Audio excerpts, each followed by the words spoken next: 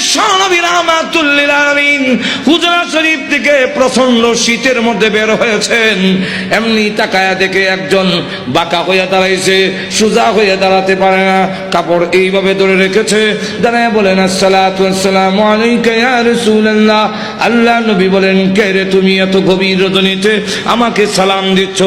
আল্লাহ নবী যেই মাত্র জিজ্ঞাসা করলেন, উনি ডাকতে, হুজুর আপনি কি আমাকে চিনতে পারেন নাই? আমি আব্দুল্লাহ।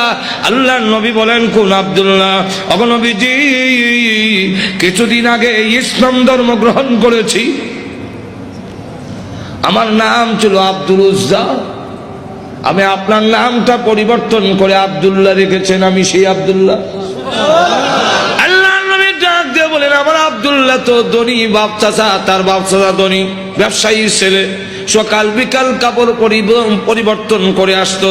আজকে তো দেখা যায় গায়ে কাপড় নাই, একটা কাপড়ের টুকরা পরিধান করা, সোজা হয়ে দাঁড়াতে পারে না, তার লজ্জাস্থান খালি হয়ে যায়, হাত দিয়ে ধরে রাখছে কোন রকমের কাপড়ের টুকরা।